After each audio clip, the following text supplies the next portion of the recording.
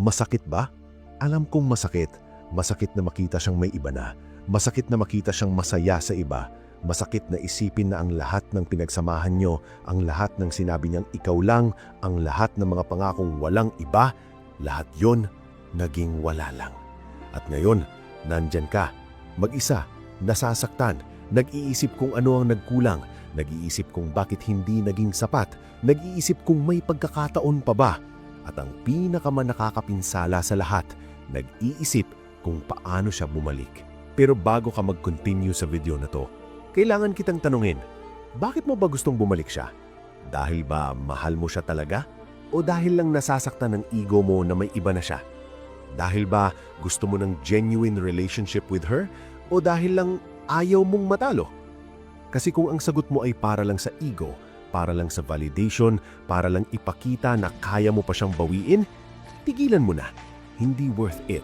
Mag-move on ka na lang. Focus on yourself. Build a better life.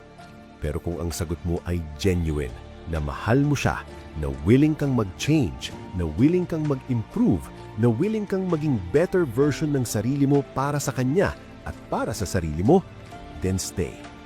Kasi ang video na to ay hindi tungkol sa manipulation, hindi ito tungkol sa mind games, hindi ito tungkol sa tricks para balikan ka niya.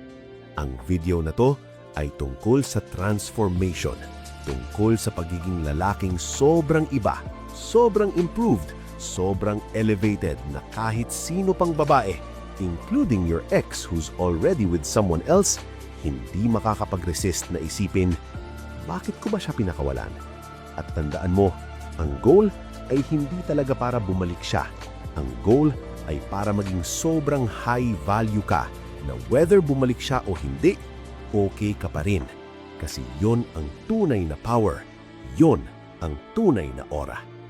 Kaya kung ready ka na, kung ready ka nang mag-commit sa transformation na magbabago hindi lang sa ex mo, kundi sa buong buhay mo, i-comment mo ngayon, I choose transformation over desperation. Kasi sa susunod na 45 minutos, ituturo ko sa'yo hindi kung paano maging desperado, kundi kung paano maging lalaking imposibleng hindi pansinin, lalaking imposibleng hindi i-compare ng ex mo sa current niya, lalaking imposibleng hindi pagsisihan na pinakawalan. At sa dulo nito, whether bumalik siya o hindi, nanalo ka pa rin. Kasi ang pinakamalaking regalo na ibibigay mo sa sarili mo ay ang version mo ng sarili mo na deserve ng best. Simulan natin. Una, bakit siya umalis at bakit may iba na siya? Ang totoo. Bago tayo mag-usap ng kung paano siya babalik, kailangan muna nating pag-usapan ang uncomfortable truth. Bakit siya umalis at bakit mabilis siyang nakakuha ng iba?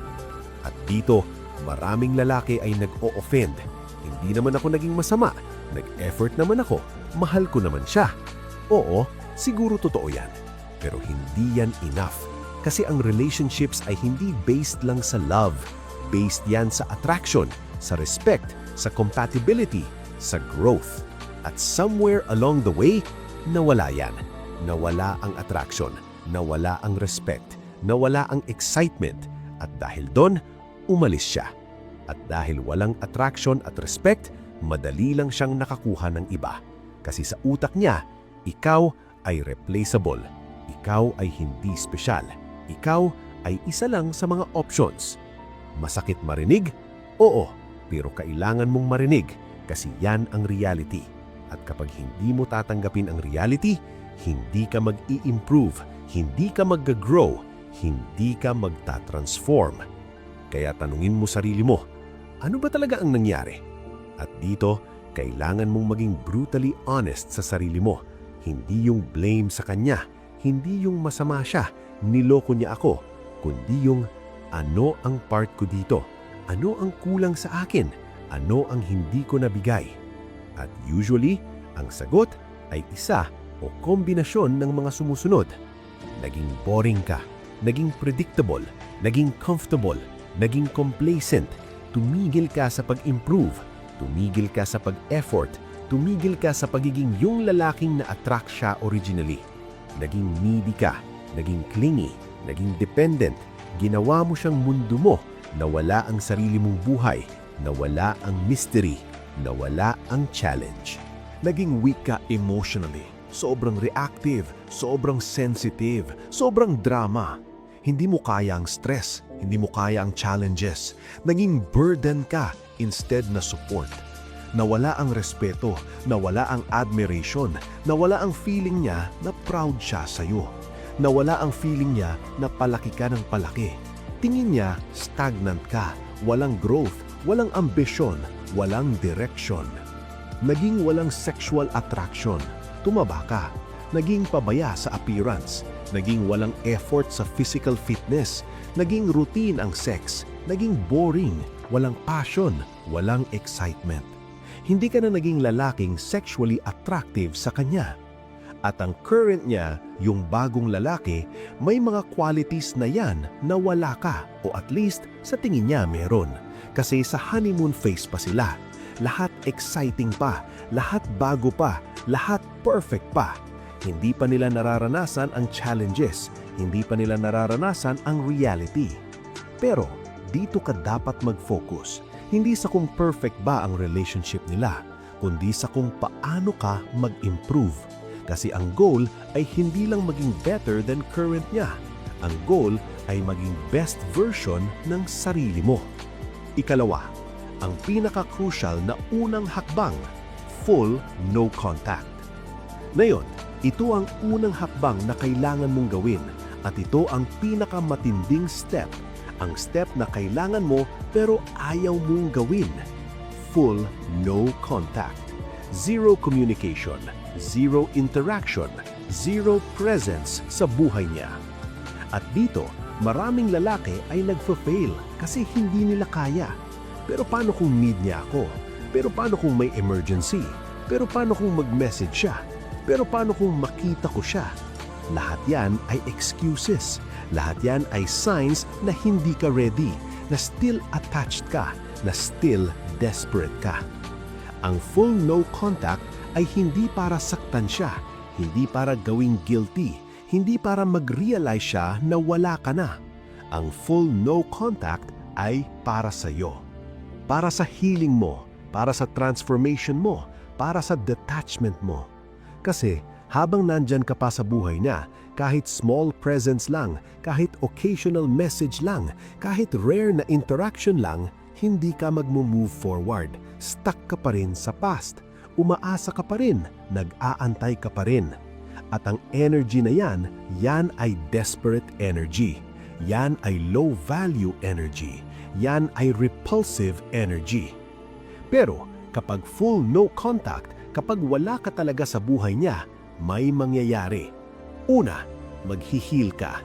Unti-unti mawawala ang pain. Unti-unti babalik ang peace. Unti-unti babalik ang sense mo ng self. Pangalawa, mag-grow ka. Kasi yung energy na dati ay napupunta sa pag-overthink about her, mapupunta na sa self-improvement, sa career, sa fitness, sa hobbies, sa social life. Pangatlo, magmi-miss ka niya. Kasi ang human psychology, we miss what we lose. Kapag nandyan pa, hindi ka nami-miss. Pero kapag wala ka na, tsaka may longing. At pang-apat, at ito ang pinakamahalaga, magmi-mystery ka. Hindi niya alam kung ano na ang nangyayari sa'yo. Hindi niya alam kung okay ka ba o hindi. Hindi niya alam kung nag-move on ka na ba o nagsasuffer pa. At ang mystery na yan, yan ang magti-trigger ng curiosity. At ang curiosity, yan ang simula ng attraction. Pero tandaan, ang full no contact ay hindi tactic. Ito ay process. Ito ay journey. Minimum time frame ay 60 days, pero ideal ay 90 days. At sa 90 days na yan, zero talaga. Walang texting, walang calling, walang social media stalking, walang liking, walang commenting, walang viewing ng stories. Zero. At oo, mahirap yan. Oo, masakit yan. Oo, may moments na gustong-gusto mo nang mag-reach out. Pero yon ang test, yon ang training, yon ang proof na nag-grow ka na. Ikatlo, ang physical transformation na kailangan mo. Ngayong nag-no contact ka na, papasok na tayo sa actual transformation. At magsisimula tayo sa physical. Kasi kahit anong sabihin nila na looks don't matter, personality is more important, ang totoo, looks matter.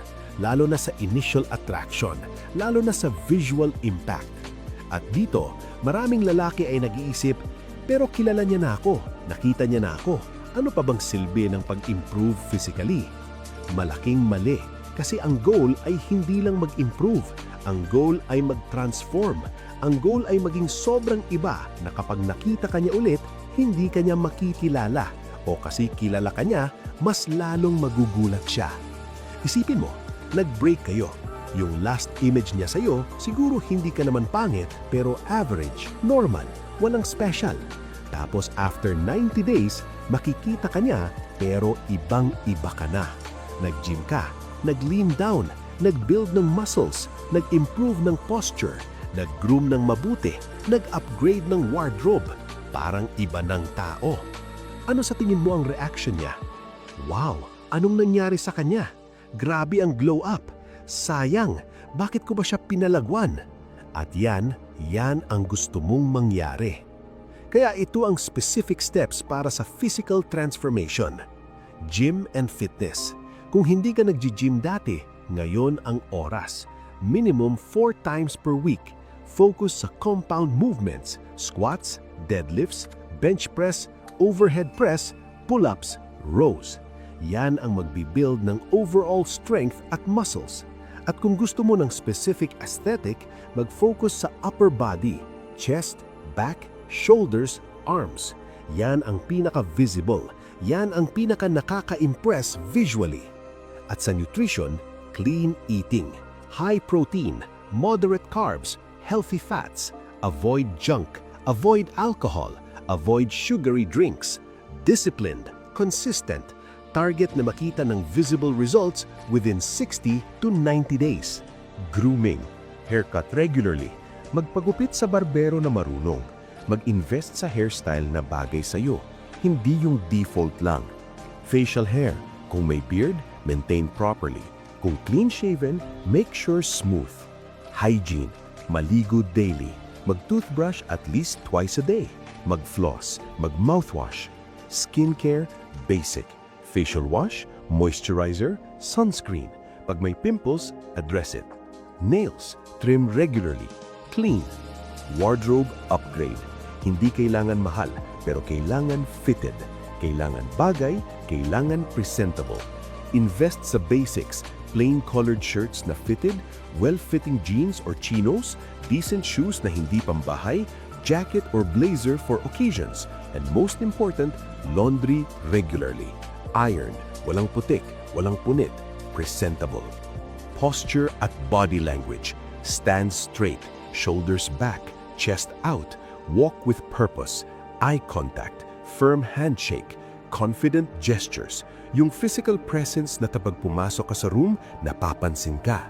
At yan ay visible transformation, yan ay tangible, yan ay makikita. At ang visual impact, sobrang powerful. Ika-4, ang mental at emotional transformation na mas importante. Pero mas importante pa sa physical ay ang mental at emotional transformation. Kasi pwede kang magmukhang maganda sa labas, pero kung sa loob ay broken ka pa rin, insecure ka pa rin, needy ka pa rin, lalabas yan. At yang ay turn off. Kaya habang nagtitrain ka physically, kailangan mo ring mag-train mentally at emotionally. At ito ang specific areas na kailangan mong i-address. Emotional independence. Ito ang kakayahan mong maging happy, fulfilled, at okay kahit wala siya. Karamihan ng lalaki, lalo na pagkatapos ng breakup, nagde-depend pa rin emotionally sa ex. Umaasa pa rin ng validation, umaasa pa rin ng closure, umaasa pa rin ng communication. At yan ay weakness, yan ay neediness, yan ay desperation. Ang emotional independence ay nagre-require ng shift sa mindset from I need her to be happy to I can be happy with or without her. From my worth is tied to her validation to my worth is inherent, independent of anyone's opinion. From I'm incomplete without her to I'm complete on my own. She's a bonus, not a necessity. At paano mo bubuuin yan?